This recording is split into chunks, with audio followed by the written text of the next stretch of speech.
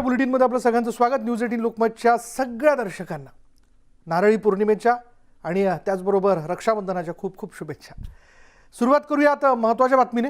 राज्यात संभाव्य तिसऱ्या लाटेचा धोका वर्तवला जातोय। राज्यात रुग्णसंख्या कमी होत असल्याने निर्बंध शिथिल करण्यात आलेत। मात्र आता तिसऱ्या लाटेचा धोका लक्षात घेता राजकीय पक्षांनी गर्दी करणं टाळावं असं आवाहन मुख्यमंत्र्यांनी केलं। राजकीय हेतू साध्य करण्यासाठी नागरिकांच्या जीवाशी खेळू नका असं म्हणत मुख्यमंत्री उद्धव ठाकरेंनी भाजपच्या जनआशीर्वाद यात्रेवर निशाणा साधलाय।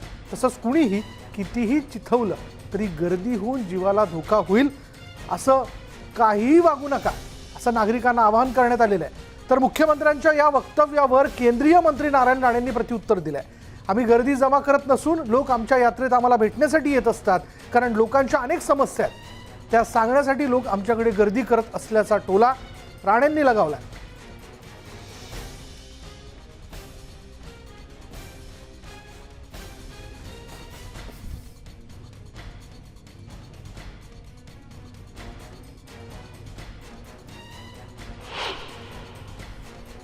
आपण सर्व काळजी घेऊन केवळ आणि केवळ अर्थचक्र चालू राहावं म्हणून काही निर्बंधामध्ये शिथिलता आणलेली आहे।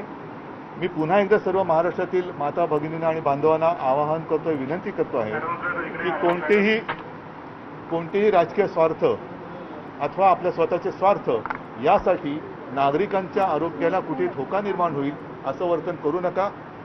पुन्हा एकदा सर्व राजकीय पक्षांना, सर्व सामाजिक संघटनांना आणि धार्मिक संघटनांना मी विनंती करतो आहे की आपल्यामुळे नागरिकांचा जीव धोक्यात येतो आहे आणि तो येईल असं काही करू नका। आम्ही गर्दी वाढत नाही, लोक गर्दी करतात, माणसं बघून करतात। काय लोकांना पाहून टीव्हीवर आले का लोक तोंड फिरवतात, बंद करतात टीव्ही। आम्ही आलो का लोक 6-7 तास रस्त्यावर थांबतात का 6 तास थांबले, 12:15 एका ठिकाणी गेलो। आम्ही हे करतोय, लोक भेटतायत, लोक भेटतात याचं तर अनेक त्यांच्या समस्या आहेत। मुख्यमंत्र्यांनी हे समजून घ्यावं। जनआशीर्वाद यात्रा ही मुंबईकरांची छळवणूक यात्रा आहे असा टोला महापौर किशोरी पेडणेकर यांनी लगावलाय। मुळामध्ये गुन्हे दाखल करणं कोणालाच म्हणजे करायचं असं नाही, पण इतकं असूनही राजकीय हव्यासापोटी जर तुम्ही अशा पद्धतीने जनआशीर्वाद, नक्की तुम्हाला जनआशीर्वाद ज्या वेळेला द्यायचा त्यावेळेला देतील। ही छळणूक यात्रा आहे। लोकांना कळतंय की एवढ्या मोठ्या प्रमाणात जर हे आलं, त्यामुळे मला वाटतं किमान मास्क तरी लावले पाहिजे। गर्दी आहे, मास्क लावा, एक डबल मास्क करा आणि हात सॅनिटायझर वगैरे हे सगळ्या गोष्टी केल्या पाहिजे। सर्वच राजकीय पक्षांच्या कार्यक्रमाला गर्दी होते, फक्त जनआशीर्वाद यात्रेवर टीका करणं योग्य नाही असं मत भाजप प्रदेशाध्यक्ष चंद्रकांत पाटील यांनी व्यक्त केलं। आत्ता मी भांडूबिंडू भागामधून काही कामं आटपून येत असताना तिथे एका चौकामध्ये एक शिल्प उभं केलं आहे आणि त्या शिल्पाच्या उद्घाटनाला महापौर होते आणि तो गर्दी होते आणि इतके फटाके वाजवत होते। बाप बाप बाप, पक्ष्यांचं काय होत असेल त्याला, लोकांचं काय असेल, म्हाताऱ्या माणसांचे काय होत असेल, गर्भवती महिलांचं काय असेल, धडाधड फटाके वाजवत होते। काय करायचं त्याचं? तर माझं याच्यातलं म्हणणं काय आहे की मुळात कुठल्याही राजकीय पक्षाला कोरोना येणार असेल येऊ देत, गर्दी करा असं काही त्यांच्या मनात नसतं। लोकांच्या उत्स्फूर्त प्रतिसादाला ते रोखू शकत नाहीत। आता तो उत्स्फूर्त प्रतिसाद असूनही त्याने कायदा मोडला तर तुम्ही गुन्हे दाखल करणं लागतात, ते तुम्ही केलेच आहेत ना। चंद्रकांत पाटील किती म्हणत असले तरी हे तर समोर दिसतंय की मोठ्या प्रमाणात तिथं गर्दी होते, जी सध्याच्या वातावरणाला योग्य नाही। केंद्रातील जबाबदार मंत्र्यांनी जबाबदारी पाळली पाहिजे आणि गर्दी टाळायला हवी असं मत राष्ट्रवादी काँग्रेसच्या खासदार सुप्रिया सुळेंनी व्यक्त केलंय। मला असं वाटतं केंद्रातल्या जबाबदार मंत्र्यांनी जबाबदारीने वागून मला असं वाटतं जर एक चांगला आदर्श ठेवला तर राजकीय मतभेद आपण सगळ्यांनी बाजूला ठेवून कोविडच्या काळामध्ये कोविडचा व्हायरस विरुद्ध आपण सगळे असा हे युद्ध आहे।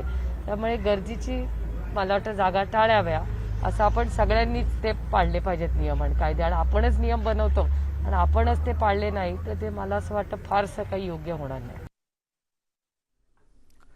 आणि याचबद्दल आपण बोलणार आहोत। आमचे मुंबईचे प्रतिनिधी तुषार रुपनवर आपल्याबरोबर आहेत।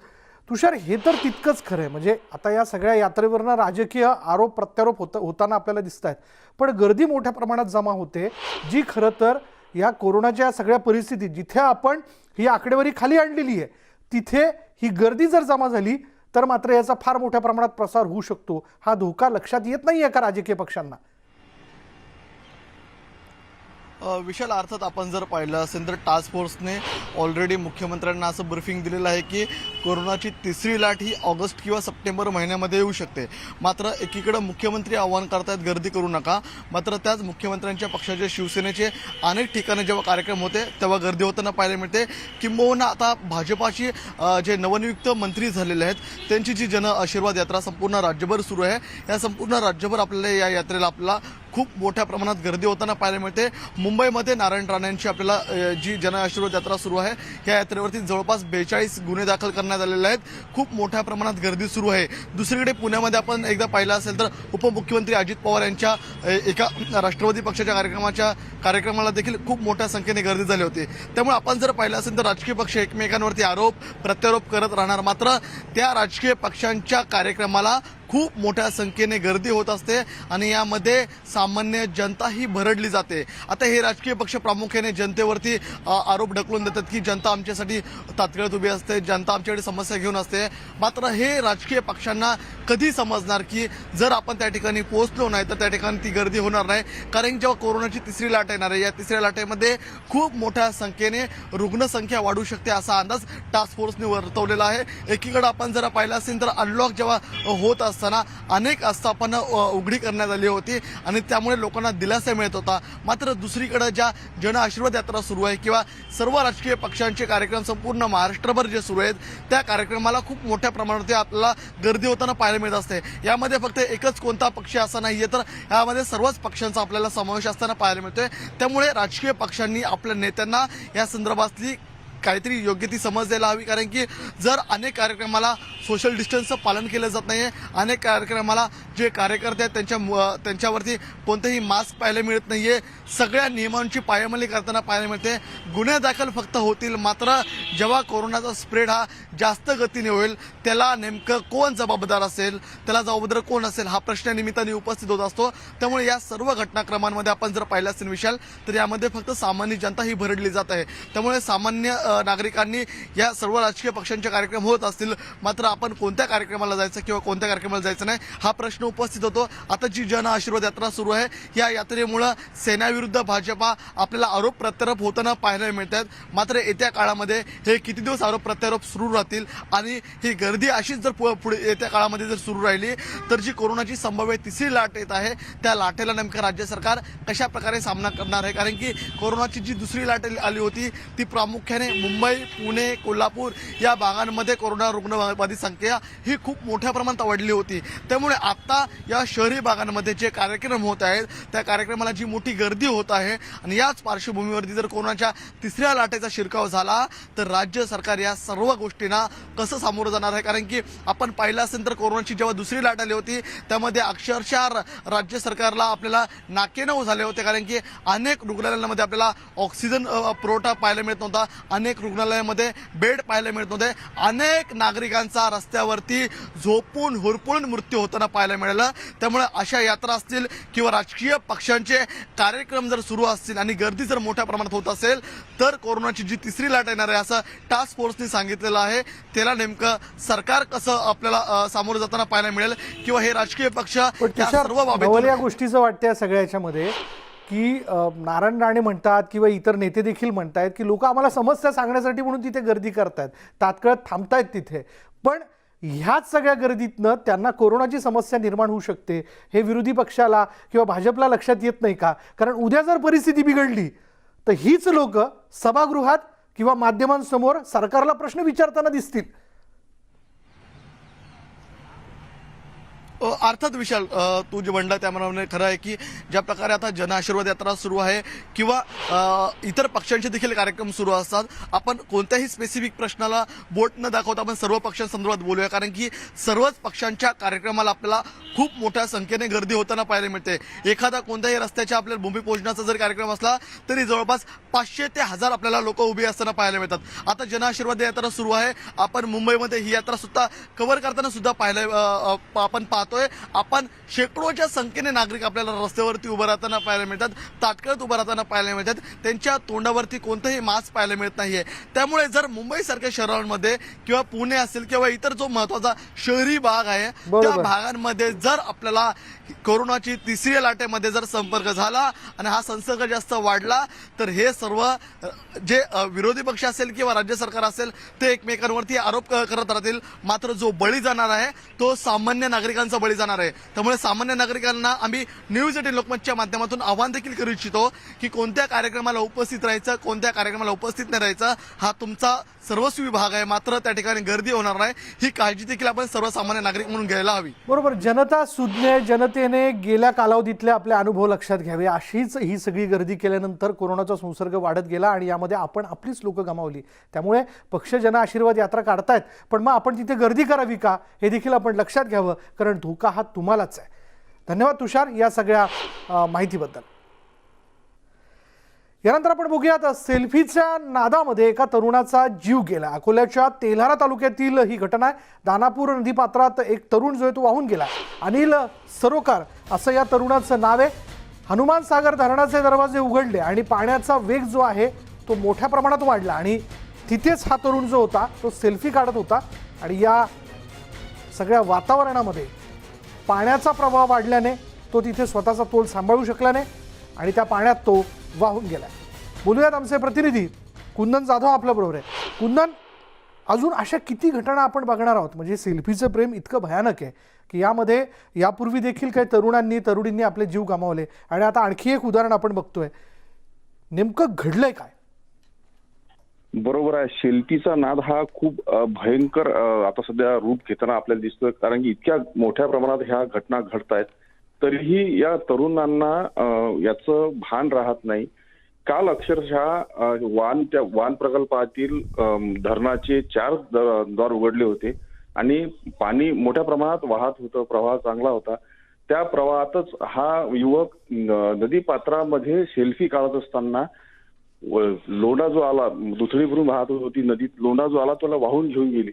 ही मोठी घटना आहे, कारण की याच्या अगोदरही मोठ्या प्रमाणात अशा घटना घडलेल्या आहेत.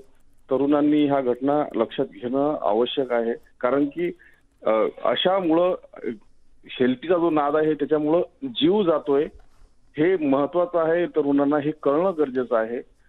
मृतदेह दानापूरच्या एका शेतकऱ्याला दिसला, त्याच्यानंतर तो मृतदेह बाहेर काढण्यात आला, परंतु जीव गेल्यानंतर जी अवस्था आता त्याच्या परिवाराची होते हे घेणं लक्षात घेणं महत्वाचं आहे. विशाल, धन्यवाद कुंदन या सगळ्या माहितीबद्दल. अजूनही या सगळ्या घटनांनंतर तरुणांनी शहाणं व्हावं.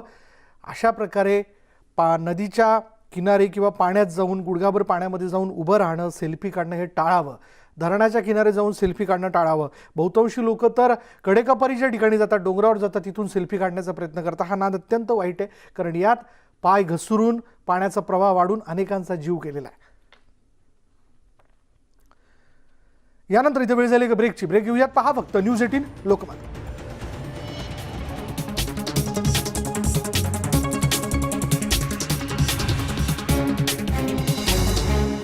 परराष्ट्र मंत्रालयानं म्हटलेलं आहे. वेरोनिस फाउंडेशनमध्ये काम करत असलेल्या महिला डॉक्टर, त्यांचे कुटुंबीय अशा 34 जणांना मिलानमध्ये सध्या क्वारंटाईन करण्यात आलेलं आहे. तालिबाननं अफगाणिस्तानवर ताबा मिळवल्यानंतर तालिबानच्या समर्थनासाठी सिरियामधल्या दहशतवादी गटानं रॅली काढली. इडलिबमध्ये कारच्या एका ताफ्यानं हयात तहरीर अल शाम आणि तालिबानचे झेंडे लावून रॅली काढली. रॅलीत सहभागी झालेले जोरजोरात हॉर्न वाजवत होते आणि हवेत गोळीबारही करत होते. गेल्या 10 वर्षांच्या काळात सिरियामध्ये बंड झालेला शेवटचा भाग म्हणजे इडलिब आहे.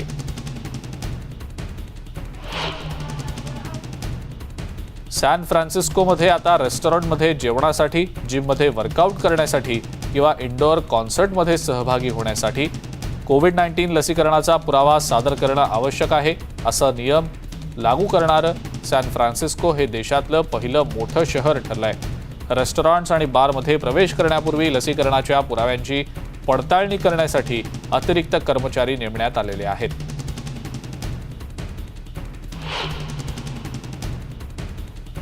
पेरूमध्ये शेकडो लोकांच्या कोरोना टेस्ट केल्या जात आहेत. कोरोनाचा सामना करण्यासाठी पेरुवियन अधिकाऱ्यांकडून मोठ्या प्रमाणात प्रयत्न होत आहेत. देशात पॉझिटिव्ह केसेसची संख्या कमी झाल्यानंतर ही मोहीम सुरू ठेवण्यात येणार आहे. विषाणूची अधिक संसर्गजन्य रूपं मृत्यूंच्या वाढीसाठी कारणीभूत असल्यानं आरोग्य मंत्रालयानं अफगाणिस्तानची राजधानी काबूलमध्ये नवा सूर्योदय तर झालाय, पण आक्रमण आणि हिंसेनं जायबंदी या शहरातले नागरिक अजूनही धास्तावलेले आहेत. अनेक ठिकाणी लक्ष करून लोकांना मारलं गेलंय. त्यामुळे अनेकांना परत आपल्या देशात दहशतवादाची सत्ता येईल याची भीती वाटते आणि गेल्या वेळेसारखंच दहशतीत जगावं लागेल अशी भीती त्यांना सतावतीये. नवीन सत्ताधारी असेच अत्याचार करत राहतील आणि अफगाणिस्तानच्या भविष्याशी खेळतील या विचारानं ते कमालीचे धास्तावलेले आहेत. त्यामुळे हजारो लोक काबूल एअरपोर्टवर गर्दी करून आहेत.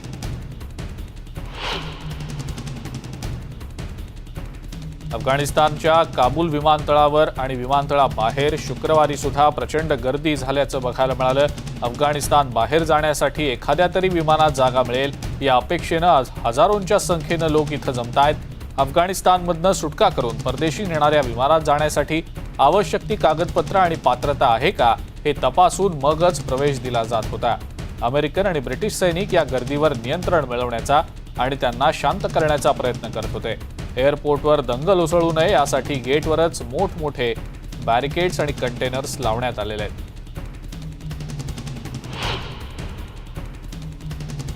काबूलमधल्या विमानतळावरची गर्दी शुक्रवारी रात्री सुद्धा कायम असल्याचं दिसलं. इथली गर्दी नियंत्रणात ठेवण्यासाठी सैनिक सतत प्रयत्न करतायत. तालिबानच्या तावडीतून सुटण्यासाठी बाहेरच्या देशांमध्ये जाण्याची अनेकांची धडपड सुरू आहे. योग्य कागदपत्र असलेल्यांनाच देशाबाहेर जाण्याची परवानगी मिळतेय. एअरपोर्टच्या भिंतींवर सुद्धा अनेक जण चढून बसल्याचं दिसतंय. मध्येच गोळीबाराचेही आवाज ऐकू येत आहेत. कोणत्याही प्रकारे विमानतळाच्या आत प्रवेश मिळवण्यासाठी जंग पछाडले जात आहेत.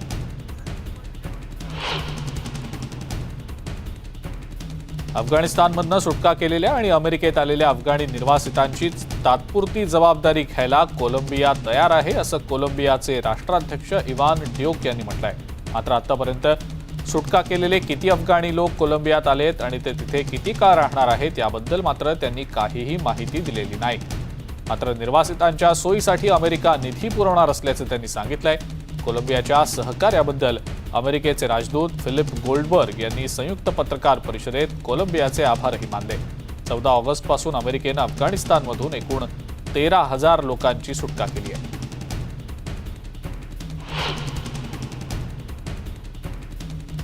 अफगाणिस्तानात असलेल्या आणि तिथून बाहेर पडू इच्छिणाऱ्या कोणत्याही अमेरिकन नागरिकाला शोधून त्याला मार्गदर्शन करण्यासाठी अमेरिकेच्या परराष्ट्र खात्यानं टास्क फोर्स स्थापन केलेला आहे.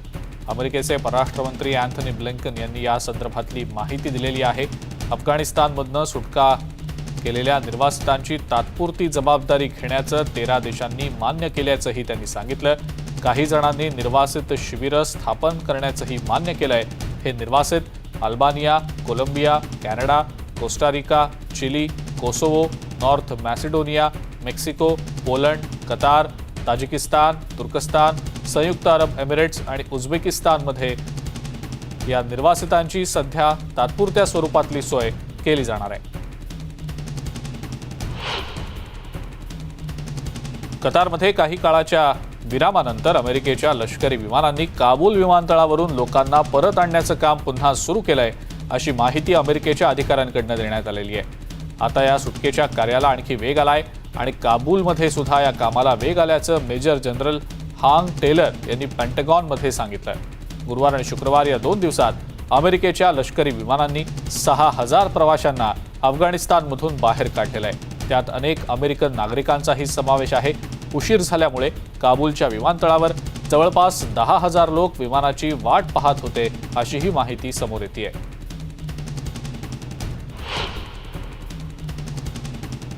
आम्ही तुम्हाला घरी घेऊन जाऊ असा विश्वास अफगाणिस्तानमध्ये अडकलेल्या अमेरिकन नागरिकांना अमेरिकेचे राष्ट्राध्यक्ष जो बायडन यांनी दिलेला आहे.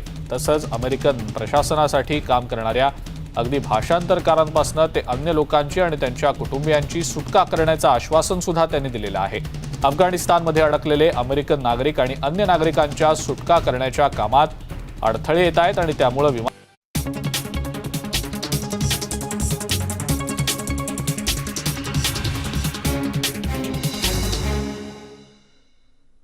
ब्रेकनंतर एक अतिशय संतापजनक बातमी, हो संताप आणणारी बातमी ही. डॉक्टरांच्या अभावामुळे चंद्रपूर जिल्हा रुग्णालयामध्ये 17 वर्षीय मुलीचा मृत्यू झाल्याचा आरोप नातेवाईकांनी केला आहे. सानिका अनमोल वार असं या मृत मुलीचं नाव असून ही मुलगी गोंड पिंपरी तालुक्यातील तोहोगाव इथं राहणारी आहे. सानिकाची प्रकृती बिघडल्यावर तिला जिल्हा रुग्णालयात उपचारासाठी आणण्यात आलं. तिला वॉर्ड क्रमांक 9 मध्ये दाखल केल्यानंतर डॉक्टर तपासणीसाठी आलेच नसल्याचा आरोप कुटुंबियांनी केला. जिल्हा रुग्णालयात दुर्गम भागातून येणाऱ्या रुग्णांसाठी डॉक्टर उपलब्ध होत नसल्यानं संताप व्यक्त होतोय. दरम्यान या प्रकरणी चंद्रपूर शासकीय वैद्यकीय रुग्णालय महाविद्यालयाचे अधिष्ठाता यांनी अद्याप कोणतीही प्रतिक्रिया दिलेली नाही.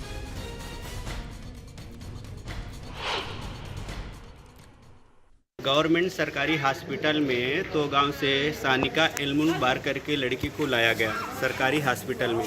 यहाँ पर भर्ती 1.5 घंटा रही. 1.5 घंटा होने के बाद मैं यहाँ पर यानी कि इमरजेंसी विभाग में लेके गया तो उसको कोई उपचार नहीं किया गया. उसके बाद 9 नंबर वार्ड में शिफ्ट कर दिया गया.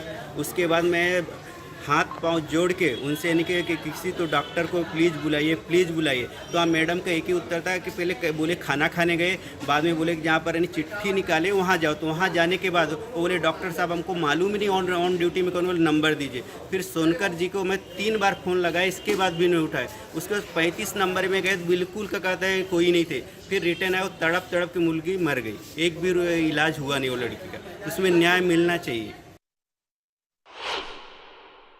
क्रिटिकल कंडीशन में थी, लेकिन उनको कैजुअलिटी वालों ने नॉर्मल वार्ड में भेजा. उनकी क्रिटिकल कंडीशन इतनी थी कि वो डॉक्टर उनका कोई देखने नहीं आया, कोई नर्सेस नहीं, कुछ भी नहीं, कोई उनको विजिट करने यहाँ पे नहीं पा रहा था. और वो पेशेंट की यहाँ पे मृत्यु हो गई. और अभी डॉक्टर जब बात की तो डॉक्टर अपना हाथ ऊपर कर रहे. डॉक्टर बोल रहे कि हमारे हाथ में नहीं है, वो हम यहाँ डॉक्टर अवेलेबल नहीं है. 8 डॉक्टर यहाँ से अभी तक छोड़ के गए. अभी सब यहाँ पे कोई डॉक्टर अभी विजिट नहीं कर रहे. और डेड होने के बाद वो बोल रहे कि ये हो गया वो हो गया. वो डॉक्टर पेशेंट के रिलेटिव को दोषी ठहरा रहे. यानंतर या बुलेटिनमध्ये इथेच थांबणार आहोत. पहा फक्त न्यूज 18 लोकमत.